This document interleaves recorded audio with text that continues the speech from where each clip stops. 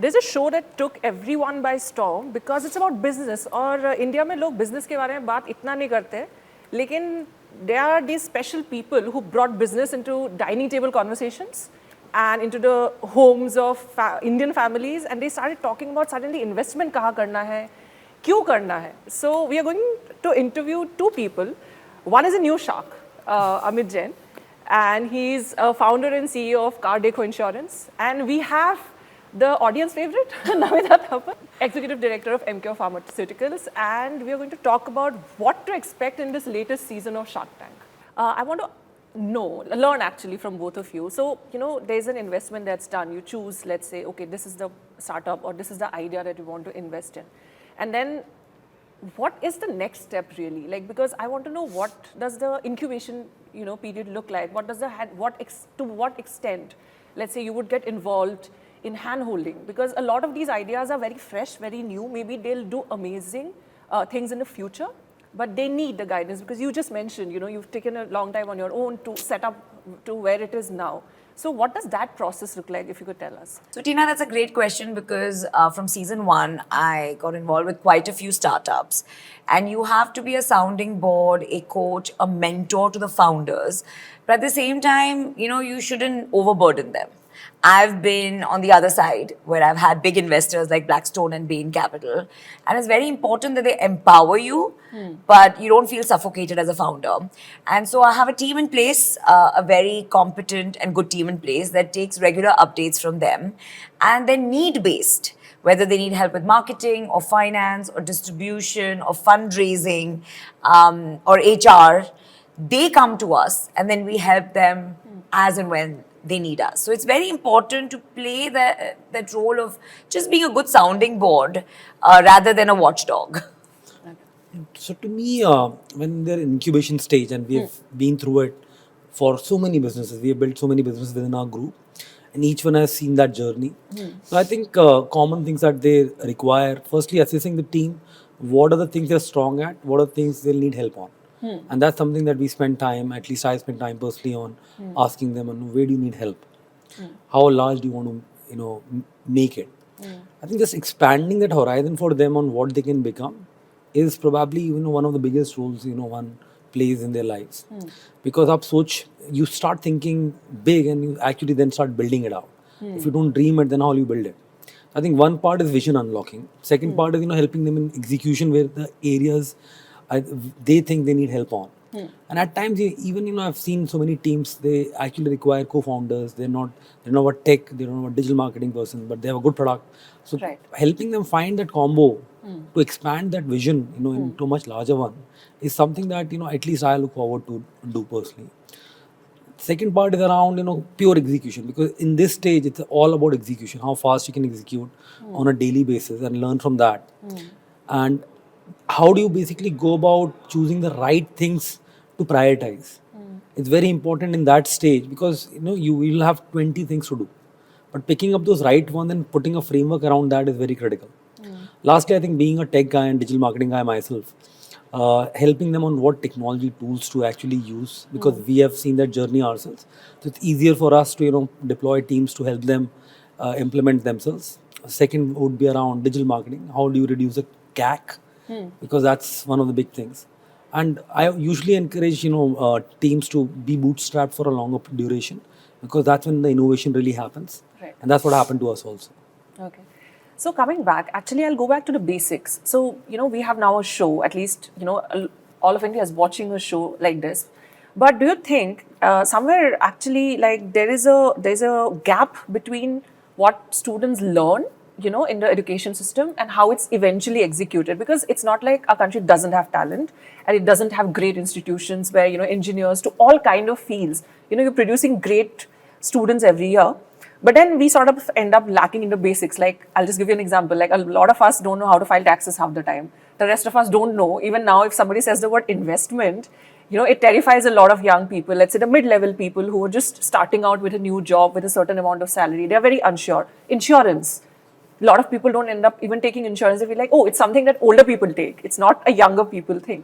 So do you think there needs to be that gap? There needs to be an addressing of that gap as well? Like, do you think there is something that So, can be done around it? I think that's what I feel too. Our Indian education system Right. does not prepare you to, for the first job or even entrepreneurship in the first place. Let's talk about entrepreneurship separately, but even for the first job, there's a huge gap in skilling the people and making them job ready. What you study in the academic curriculum versus what you actually experience when you need a job are very different.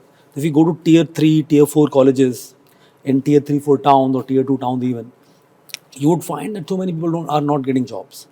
Right. And reality is that the skill that is required to actually get into jobs is very different versus what you study there. There is a clear gap, and for that we as a company have taken also initiative. We have started something called Cracked, where we actually take these tier 3, tier 4 students and upskill them for the next job, making them job ready, be it sales, be it operation, be it marketing, but entry level ones. So I personally believe that for India to move forward and per capita income to go up, there will be a need of this to have people who are talented to make them job ready. And if that doesn't happen, then India won't move forward. So that's my view on the piece, Namita. See, bottom line, Tina, is you can learn all the theory you want, but till you don't make that product and sell it and get customer insights, is just on paper. So bottom line is that you may get the best degree, but till you don't get the hard knocks that an entrepreneur gets by actually going in the marketplace, launching the product, probably pivoting, either at a small level or at a larger level, you're not going to know what it really takes. So the experiential part and the application part is where you just have to dive in and get that practical learning, and that's what makes you a real entrepreneur rather than just learning TAM and ROI and EBITDA on paper. So you mentioned that there's an initiative that you've also taken up to look at tier 3 or 2 cities. So I want to know is, it's now like there is a movement of sorts towards actually tier 3 and 2 cities, where earlier sometimes they were just with basic migration. Like, I'm also a product of that kind of migration, would shift to a bigger city. Where are you from? I'm from this place called Jorhat in Assam. Oh, wonderful. So we all migrated out because we would feel like, okay, there's not enough scope, or we grew up on a diet of engineering or medical, that's it. So there's no third way out of it, right? So we all moved out, and then probably discovered en route that, oh, there are other options, jobs that I've never heard of, things I've never, my friends are doing that I never thought existed, in fact, So do you think that there should be a push maybe towards these kind of cities? Because there's a lot of talent for sure, but there's not enough confidence building, what you mentioned in terms of skills. Like, there is this probably an absence of a confidence building atmosphere where you have the talent, you are good in academics, let's say, but there's that slight push that's required in terms of, you can take on the world. But that's what season 1 and season 2 especially, you have so many founders coming from, like, though Amit and I are not from the metros, Pune and Jaipur are relatively smaller Jaipur, cities. she's from Pune. There's still, like you said, Jorhat, even smaller cities. And you will see so many founders on season 2 coming from very, very small cities. And the more you have such role models, the more you celebrate such stories, right, it'll give that confidence to others. We are still headquartered in Jaipur. Right. And if the unicorn out of Jaipur, she has built it out of Pune. The reality is that if you have somebody in the ecosystem building it out, suddenly a lot of others start mushrooming in. Now Jaipur has over 500 startups right now as I speak happening within Jaipur city, right? Okay. And that's the spirit. And when we basically started off as a startup back in 2007, there's practically nobody. And now entrepreneurship is so much acceptable.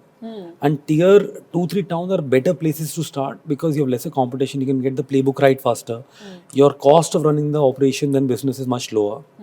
And you have got customer access in person rather. Smaller towns have that spirit of meeting, also getting feedback. So they're more open to giving you that product feedback to get your product market fit. So my experience has been insanely awesome when I have stayed within my city and build this out, because you get first hand experience of execution on the ground and then you create a playbook and take it out to metros. Right. I want to come to something slightly different. At the age that we live in right now, social media is really, really powerful. Like, even of course there's television, of course there's OTT platforms, but there's also like social media with its own ecosystem where actually a lot of people are again probably getting a boost to start their own ideas, or at least put it out there as a first trial, like, oh, I have this idea, what do you think? And there's a response. Where does that, that fit into the ecosystem? Both of you have mentioned that there is this skill, there's an investment now. People are interested in also investing, because earlier there was like this major roadblock for a lot of people that there were great ideas, but they could not find people to back them up and they would abandon it, I right? think more importantly, risk-taking ability has changed now. Right. Earlier, when I was growing up, my parents would say, "Job karni chahiye, stable job le," Ji. right? And now things have changed. The parents are seeing such shows like Shark Tank. They're hearing success stories. They're excited when their kids are starting up, not scared anymore. So I think the risk-taking capability has significantly changed over the last 5-7 years with all the startup, buzz getting created across. You See, can bottom line is, even when you look at social media, there are two types, right? There's the influencers who are making a great career for themselves, but then they can't scale beyond a point. And then there's D2C companies, which also start with a lot of social media online. But now, post-COVID, if you don't have a strong offline presence, they can't scale beyond a certain point. So I would say social media, social platforms, online is a great starting ground to, like Amit said, you're bootstrapped to some extent to get a bit of traction. But if you want to scale beyond a certain point, then an offline presence is absolutely important. So it really depends on what level of sales you're talking about. My last question is actually individual questions to both. Sure. You're somebody who's invested in women's health now, which is like a big concern in our country, because even now, like, a lot of women don't have access to healthcare because there's a lot of shrouding healthcare for women in shame, right? So I just wanted to know what is generally your plan to sort of negotiate that, because unless it reaches to like deeper pockets in towns and cities, the healthcare system again cannot build up, right? Like, we'll have great robust healthcare in bigger towns and bigger places, which we saw during COVID as well. But when it came to women actually coming forward and saying, okay, I need this healthcare, I need certain services, there's also like a hesitation still. So I was wondering, So, the statistics are terrible. Like when World Economic Forum surveyed women's health, 156 countries were surveyed. We came in at 155th rank, which is bottom 2. So obviously a lot needs to be done. Right. Now there are two aspects to it. In the metros and all, it's about awareness. A lot of people don't prioritize their health. So they may have the resources, they may have the access, but they just don't make themselves a priority. So we got to create more awareness, bust more taboos. In the interiors, it could be a question of resources. And that's where companies like MQ, a lot of pharma companies, including government, NGOs, are doing free camps, free diagnosis to really help women get a sense of what are the various conditions and the the symptoms and the diagnosis and the treatment. Right. So both levers have to be looked at with equal importance.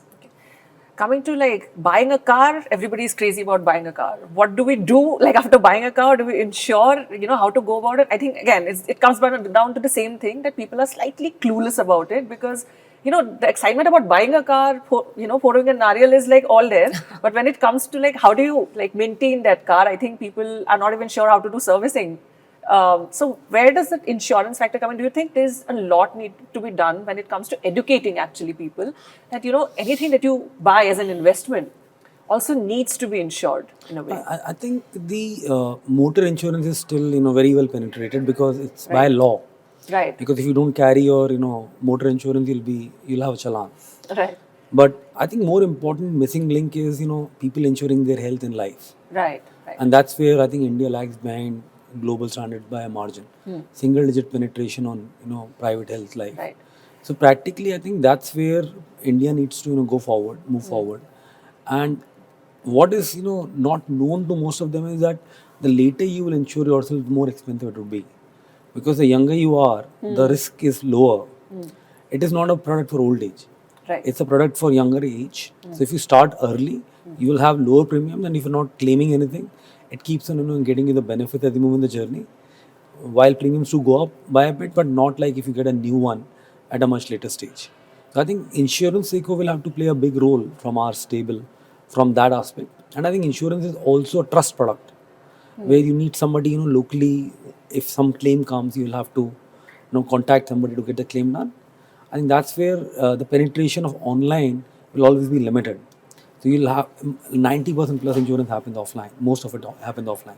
So I think that's where we'll have to create more change enablers. So we work with almost 70,000 agents across the country who are locally present and serving local needs of that area. And we are present in 93% pin codes. So I think that's something probably that is required in the country to have lot more such initiatives. So we heard words of wisdom from two sharks who are now going to take over, I think, India by storm in the latest season that's going to come out in the new year. But yes, for more information, India needs more businesses, India needs more startups, and India definitely needs more younger people to probably take up risks. And there are people who will show you the way, there are people who will invest in you, there are people who will tell you whether or not your idea is great. So thank you so much, Namita. Thank This you. was Thank you. amazing. Thank you.